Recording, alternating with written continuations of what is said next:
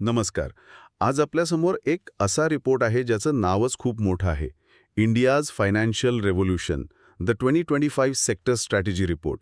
पण हे नाव जेवढं मोठं आहे तेवढंच याचं महत्त्वही आहे. म्हणजे भारताच्या आर्थिक जगात सध्या काय घडतंय आणि पुढच्या काही वर्षात काय चित्र दिसणार आहे याचा एक आरसा आहे. अगदी. आणि हे फक्त आकडे किंवा शेअर बाजाराच्या चार्ट पुरतं मर्यादित नाहीये, नाही का? ही एक खोलवर रुजणारी क्रांती आहे. भारतीयांची पैसे साठवण्याची, गुंतवण्याची आणि कर्ज घेण्याची पद्धत ती मुळापासून बदलतीये. आणि यामागे काही ठोस कारणं असणारच. हो. यामागे 3 मोठ्या लाट्या आहेत असं म्हणूया. एक म्हणजे डिजिटायझेशनची त्सुनामीच आली आहे. दुसरी म्हणजे आपल्यासारख्या सामान्य गुंतवणूकदारांचा वाढता सहभाग. आणि तिसरी म्हणजे अर्थव्यवस्थेचं फॉर्म्युलायझेशन. म्हणजे सगळं काही आता रेकॉर्डवर येतंय. होणारे आहेत. सुरुवात करूया एका मोठ्या आकड्याने. देशाची एकूण बचत GDPच्या जवळपास 30.74% आहे. ही प्रचंड रक्कम आहे. हो, प्रचंड आहे. पण यातली खरी गंमत आकड्यात नाहीये. मग कशात आहे? ती आहे त्या पैशाच्या प्रवासात. म्हणजे पूर्वी बचत म्हणजे काय असायचं? घरात सोनं ठेवलं, नाहीतर एखादी जागा घेऊन टाकली. बरोबर. पण आता हा ट्रेंड बदलतोय. लोकांचा कल आता सोन्या चांदी किंवा रिअल एस्टेटकडून म्युच्युअल फंड्स, स्टॉक्स यांसारख्या आर्थिक साधनाकडे वळतोय. यालाच रिपोर्टमध्ये सेव्हिंगचं फायनान्शियलायझेशन असं म्हटलंय. फायनान्शियलायझेशन हा शब्द थोडा जड वाटतोय. सोप्या भाषेत याचा अर्थ काय होतो? सोप्या भाषेत सांगायचं तर हे देशाच्या संपत्तीला कामाला लावतंय. विचार करा, घरात किंवा लॉकरमध्ये पडून असलेलं सोनं अर्थव्यवस्थेत काहीच भर घालत नाही. पण तेच पैसे जेव्हा म्युच्युअल फंडमधून एखाद्या कंपनीत जातात तेव्हा नवीन नोकऱ्या निर्माण होतात, नवीन कारखाने उभे राहतात. अगदी. म्हणजे एका व्यक्तीची बचत देशाच्या विकासाचं इंजिन बनते. हा तो बदल आहे. वाह! म्हणजे ही फक्त वैयक्तिक गुंतवणूक नाही, तर देशाच्या आर्थिक प्रगतीला एक प्रकारे हातभार लावण्यासारखं आहे. आणि या बदलाचे आकडे तर अजूनच थक्क करणारे आहेत. म्युच्युअल फंड्सची एकूण मालमत्ता म्हणजे AUM 75 लाख कोटी रुपयांपेक्षा जास्त. हो.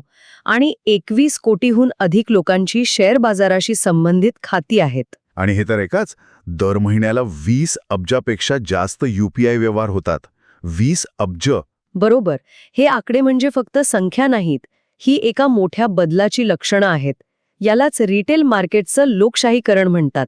म्हणजे पूर्वी जिथे फक्त काही मोठे खेळाडूच गुंतवणूक करू शकत होते, तिथे आता खेड्यापाड्यातील, छोट्या शहरातील सामान्य माणूसही सहभागी होतोय. हो, तुमचा स्मार्टफोनच आता तुमची बँक आणि तुमचा ब्रोकर बनलाय, नाही का? ठीक आहे, म्हणजे हे एकंदरीत चित्र झालं. पण ही क्रांती नक्की कुठे आणि कशी घडते? रिपोर्टने या क्षेत्राची 5 मुख्य भागांमध्ये विभागणी केली आहे. भांडवली बाजार, ॲसेट आणि वेल्थ मॅनेजमेंट, विमा, NBFC आणि डिजिटल पेमेंट्स. बरोबर. चला एक एक करून यावर बोलूया. सुरुवात करूया ॲसेट आणि वेल्थ मॅनेजमेंटपासून. म्युच्युअल फंडांमध्ये तर जणू काही पूरच आलाय. सध्याची 75 लाख कोटींची AUM 2030 पर्यंत 100 लाख कोटींपर्यंत पोहोचेल असा अंदाज आहे. एवढा पैसा येतोय कुठून? याची 2 मुख्य कारणं आहेत. पहिलं आणि सगळ्यात महत्त्वाचं कारण म्हणजे सिप कल्चरचा प्रसार. Systematic investment plan. हो. दर महिन्याला एक ठराविक रक्कम गुंतवण्याची ही सवय आता लोकांच्या अंगवळणी पडली आहे. आणि विशेष म्हणजे ही सवय आता फक्त मुंबई, दिल्लीसारख्या मोठ्या शहरांपुरती मर्यादित नाहीये. अच्छा. रिपोर्ट सांगतो की B30 शहरांमधून म्हणजे मोठ्या शहरांव्यतिरिक्त इतर शहरांमधून सहभाग झपाट्याने वाढत आहे. आणि या छोट्या शहरांबद्दल बोलताना मला वाटतं इथे NBFCची भूमिका पण महत्वाची ठरते. बरोबर. कारण गुंतवणुकीसोबतच कर्जाची गरजही तिथेच जास्त असते. तुम्ही अगदी योग्य मुद्दा पकडला आहे. या दोन्ही गोष्टी एकमेकांशी जोडलेल्या आहेत. जिथे मोठ्या बँका पोचायला कचरतात, त्या छोट्या शहरात, त्या गावात जाऊन हे NBFCs लोकांना घर घेण्यासाठी, गाडी घेण्यासाठी कर्ज देतात. म्हणजे एका बाजूला SIP मधून लोकांची संपत्ती वाढतीये, तर दुसऱ्या बाजूला NBFCच्या कर्जामुळे त्यांच्या आकांक्षा पूर्ण होत आहेत. त्यामुळे खऱ्या अर्थाने आर्थिक क्रांती तळागाळापर्यंत पोचतीये. आणि तुम्ही म्हणालात की 2 कारण आहेत. दुसरं कारण काय? दुसरं कारण म्हणजे HNWIs म्हणजे हाय नेटवर्थ इंडिव्हिज्युअल्स. सोप्या भाषेत श्रीमंत व्यक्ती. हो, असे लोक ज्यांच्याकडे गुंतवणुकीसाठी कोटींमध्ये रक्कम उपलब्ध आहे. ही संख्या झपाट्याने वाढत आहे.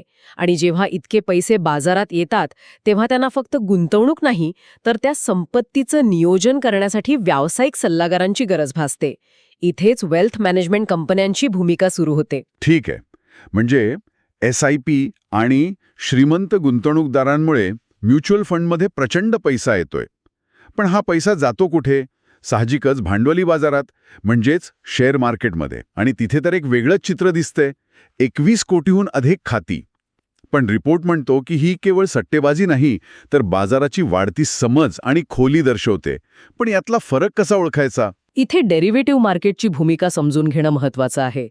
आर्थिक वर्ष 24 मध्ये या बाजारातील उलाढाल 947 ट्रिलियन अमेरिकन डॉलर्सवर पोचली होती. एक मिनिट, 947 ट्रिलियन डॉलर्स? हा आकडाच अविश्वसनीय आहे. हो, पण आपण नेहमी ऐकतो की डेरिव्हेटिव्ह मार्केटमध्ये, विशेषतः फ्युचर्स आणि ऑप्शन्समध्ये 90% पेक्षा जास्त रिटेल गुंतवणूकदार पैसे गमावतात. न हे बाजाराच्या प्रगल्भतेचं लक्षण कसं असू शकतं? हा तर एक मोठा धोका वाटतोय. तुमचा प्रश्न अगदी अचूक आहे आणि हाच यामधला विरोधाभास आहे. डेरिव्हेटिव्हज म्हणजे काय? सोप्या भाषेत हे भविष्यातील किमतीवर लावलेले अंदाज आहेत. मोठ्या कंपन्या आणि संस्थांसाठी हे त्यांच्या जोखमीचं व्यवस्थापन करण्याचं एक उत्तम साधन आहे. यामुळे बाजारात तरलता येते, म्हणजे खरेदी विक्री सहज होते. ही झाली बाजाराच्या प्रगल्भतेची बाजू. आणि धोक्याची बाजू? धोक्याची बाजू ही आहे की जेव्हा सामान्य गुंतवणूकदार पुरेशी माहिती न घेता किंवा गरजेपेक्षा जास्त कर्ज घेऊन, म्हणजे लेव्हरेज घेऊन यात उतरतो, तेव्हा तो अंदाज न राहता जुगार बनतो. अच्छा. आणि म्हणूनच त्यात नुकसान होण्याची शक्यता प्रचंड वाढते. त्यामुळे हे साधन प्रगल्भतेचं लक्षण आहे, पण त्याचा वापर कसा केला जातो यावर सर्व काही अवलंबून आहे. इथेच आर्थिक साक्षरतेची गरज निर्माण होते. जोखीम व्यवस्थापनाचा विषय निघालाच आहे, तर मग अशाच एका क्षेत्राकडे वळूया जिथे जोखीम व्यवस्थापन हाच मुख्य व्यवसाय आहे, विमा क्षेत्र. रिपोर्ट म्हणतो की वाढीची मोठी संधी आहे, पण अजूनही लोकांपर्यंत पोहोचलेला नाही. हा विरोधाभास कसा समजून घ्यायचा? हा विरोधाभास आपल्या आजूबाजूलाच दिसतो. प्रीमियम कलेक्शनचे आकडे बघा. जीवन विम्यासाठी 3.23 लाख कोटी आणि नॉन लाईफ विम्यासाठी 3 लाख कोटी. हे आकडे सांगतात की बाजार प्रचंड मोठा आहे. हो, आकडे तर मोठे आहेत. पण दुसरीकडे आपल्याकडे गाडीचा विमा काढणं बंधनकारक आहे म्हणून तो काढला जातो, पण स्वतःच्या आरोग्याचा किंवा आयुष्याचा विमा काढण्याबद्दल अजूनही उदासीनता आहे की नाही? खरंय. यालाच हाय ग्रोथ लो पेनिट्रेशन ऑपॉर्च्युनिटी म्हणतात. बाजार मोठा आहे पण लोकांपर्यंत पोहोचलेला नाही. मग ही दरी कशी भरून काढता येईल? यावर रिपोर्ट काही उपाय सुचवतो, जसं की GST मध्ये सुसूत्रता आणून विमा अधिक परवडणारा बनवणे. पण खरा बदल तंत्रज्ञान आणत आहे. आता विमा कंपन्यांना ग्रामीण भागासाठी खास सूक्ष्म विमा किंवा शेतकऱ्यांसाठी कृषी विमा यांसारख्या योजना तयार करणं आणि त्या लोकांपर्यंत पोहोचवणं सोपं झालंय. डिजिटल प्लॅटफॉर्ममुळे. अगदी. आणि या सगळ्या बदलांना गती देणारी शक्ती म्हणजे डिजिटल फिनान्स. NBFC असो किंवा विमा, सर्वांच्या मुळाशी हेच आहे. आणि त्याचं सर्वात मोठं उदाहरण म्हणजे UPI. दरमहा 20 अब्ज व्यवहार, म्हणजे दिवसाला 60 कोटींपेक्षा जास्त. हे आकडे म्हणजे अविश्वसनीय आहेत. असं वाटतं की कालपर्यंत आपण रोख पैसे वापरत होतो आणि आज अचानक सगळं जगच बदलून गेलंय. अगदी. आणि UPI हे तर फक्त हिमनगाचं एक टोक आहे. रिपोर्टमध्ये या संपूर्ण डिजिटल इन्फ्रास्ट्रक्चरला डिजिटल रेल्स असं म्हटलंय. जशा रेल्वेच्या रुळांवरून ट्रेन धावते, तशा या डिजिटल रुळांवरून भारताची संपूर्ण आर्थिक व्यवस्था धावत आहे. म्युच्युअल फंडसाठी KYC करण्यापासून ते डीमॅट खाते उघडण्यापर्यंत. किंवा विमा पॉलिसी खरेदी करण्यापासून ते कर्जासाठी अर्ज करण्यापर्यंत सर्व काही आता काही मिनिटांत होतं. यात सरकारचा डिजिटल इंडिया उपक्रम, आधार आणि आता CBDC वरील प्रयोग या सगळ्याचा मोठा वाटा आहे. तर या सगळ्या क्रांतीचा भविष्यासाठी काय अर्थ आहे? या रिपोर्टनुसार पुढे जाऊन संधी कुठे आहेत? संधी अनेक स्तरांवर आहेत. आपल्यासारख्या व्यक्तींसाठी संपत्ती व्यवस्थापन आणि निवृत्ती नियोजनाच्या सल्ल्याची मोठी मागणी असेल. का? कारण लोकांकडे आता अधिक आर्थिक मालमत्ता आहे आणि ती कशी सांभाळावी यासाठी त्यांना तज्ज्ञांची गरज भासेल. आणि व्यवसायांसाठी काही संधी आहेत? व्यवसायांसाठी, विशेषतः लहान आणि मध्यम उद्योगांसाठी म्हणजे SMEसाठी भांडवल उभारण्यासाठी IPO आणण्याचे मार्ग सोपे होत आहेत. दुसरीकडे फिनटेक कंपन्यांसाठी AI आधारित पर्सनलाइज सेवा देण्यामध्ये प्रचंड संधी आहेत. म्हणजे तुमच्या गुंतवणुकीच्या सवयी ओळखून तुम्हाला योग्य सल्ला देणारे ॲप्स. आणि मोठ्या अर्थव्यवस्थेच्या पातळीवर विचार केला तर संपूर्ण अर्थव्यवस्थेसाठी आरोग्य विमा आणि कृषी विम्याचा विस्तार होणं खूप महत्वाचं आहे, कारण ते एक सामाजिक सुरक्षा कवच निर्माण करतं. आणि दुसरी मोठी संधी आहे ती म्हणजे UPIचा आंतरराष्ट्रीय विस्तार. विचार करा, जर तुम्ही परदेशात जाऊन तुमच्या फोनवरून सहज भारतीय रुपयांमध्ये पेमेंट करू शकलात तर ते किती सोयीचं होईल. बरोबर. पण जिथे एवढी मोठी संधी आणि वेगवान वाढ असते तिथे धोकेही असणारच. या मार्गात कोणती आव्हानं आहेत? नक्कीच. रिपोर्टमध्ये काही प्रमुख धोक्यांबद्दल स्पष्टपणे सांगितले आहेत. पहिला धोका म्हणजे बाजारातील अस्थिरता. म्हणजे व्हॉलेटिलिटी. हो, जेव्हा इतके नवीन आणि अननुभवी गुंतवणूकदार बाजारात येतात तेव्हा लहान सहान घटनांनीही बाजारात मोठी उलथापालथ होऊ शकते. आणि दुसरा धोका ज्यावर आपण आधी बोललो तो म्हणजे रिटेल गुंतवणूकदारांनी डेरिव्हेटिव्ह मार्केटमध्ये घेतलेलं गरजेपेक्षा जास्त कर्ज. बरोबर, तो सर्वात मोठा धोका आहे. याशिवाय नियमांमध्ये सतत होणारे बदल आणि सायबर सुरक्षेचे धोके हे तर आहेतच. जसं जसं आपण अधिक डिजिटल होत जातो तसं तसं सायबर हल्ल्यांची शक्यताही वाढत जाते. म्हणजे या सगळ्याचा अर्थ असा की आपल्याला एका तारेवरची कसरत करायची आहे. अगदी. वाढ, नियमन आणि आर्थिक साक्षरता यांच्यात संतुलन साधणं हेच पुढच्या दशकातील सर्वात मोठं आव्हान असेल. लोकांना फक्त गुंतवणूक करायला शिकवून चालणार नाही, तर त्यातील धोके समजावून सांगणं आणि त्यापासून त्यांचं संरक्षण करणंही तितकंच महत्त्वाचं आहे. तर या सगळ्या चर्चेचा आपण जर सारांश काढायचा ठरवला तर काय सांगता येईल? पुढील दशकात भारताचं वित्तीय क्षेत्र कुठे चाललं आहे? रिपोर्टनुसार हे क्षेत्र आता तात्पुरत्या तेजीमंदीच्या चक्रातून बाहेर पडून अनेक दशकांच्या संरचनात्मक वाढीच्या प्रवासाला लागलं आहे.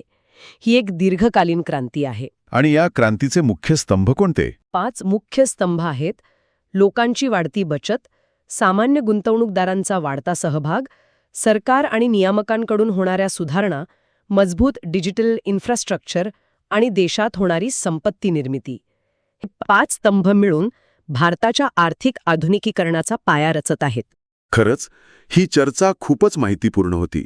जाता जाता ऐकणाऱ्यांसाठी एक विचार सोडून जातो. हा रिपोर्ट सामान्य गुंतवणूकदारांच्या वाढत्या सहभागावर आणि डिजिटल साधनांच्या उपलब्धतेवर भर देतो. जसजसे लाखो नवीन लोक थेट अत्याधुनिक आर्थिक साधनांचा वापर करू लागतील तेव्हा कोणते नवीन सामाजिक आणि आर्थिक बदल घडून येतील ज्याची आपण आज कल्पनाही करू शकत नाही. जेव्हा आर्थिक शक्ती काही मोजक्या लोकांच्या हातातून निघून अधिक विकेंद्रित होते तेव्हा समाज कसा बदलतो याचा विचार करायला हरकत नाही. व्हिडिओ आवडला असेल तर लाईक करा आणि अशाच युजफुल व्हिडिओसाठी चॅनलला सबस्क्राईब करायला विसरू नका.